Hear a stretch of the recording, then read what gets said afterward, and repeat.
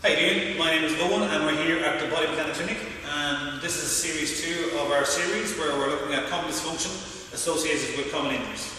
And one of the most common dysfunction we see with people other than breathing is people who come into the clinic here have an awful lot of problem getting into the chairs and getting out of the chairs with as little fuss as possible. An awful lot of times what we see is people using the hands to lower themselves as slowly as they can. So again, they're more using their arms and shoulders to assist the hips, or they'll just collapse into the chair where there's no control whatsoever. Obviously, if there's arms, they can use their arms. Another thing sometimes you can see is to get out of the chair, instead of using the hips, people will try to use the weight of their head and throw their head forward to get up and out. Ideally, what we want to see is we want to see people using the hips more than relying on it, throwing the head, which can put pressure on not stress on the neck, or using arms and shoulders, which again, putting too much stress on the arms and shoulders. Ideally, you want to see them using the hips. Hips, the muscles around your hips are the biggest muscles in your body, so why not just let them do most of the work. A squat, which is this, is just sitting in the chair that's not there. When you do a squat, you're lifting half your body weight. You should be able, ideally, to lift half your body weight.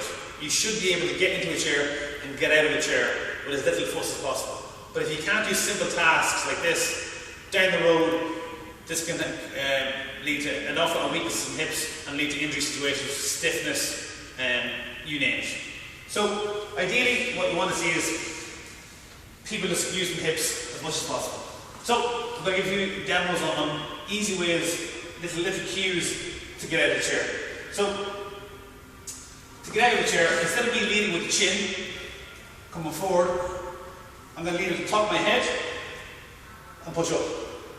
So, I'm leading the top of my head up and I'm just going to push my feet away and I'm going to breathe.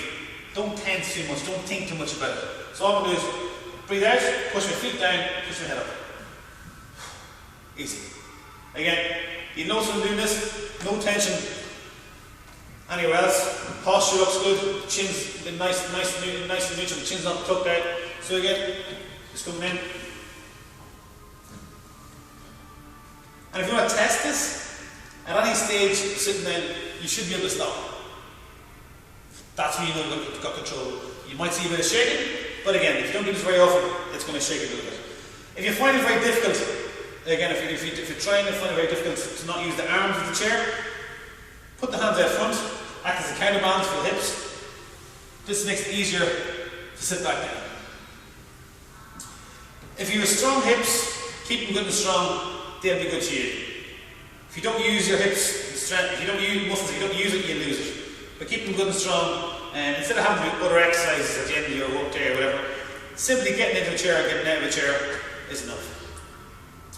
This is Owen Russell, thanks very much for listening.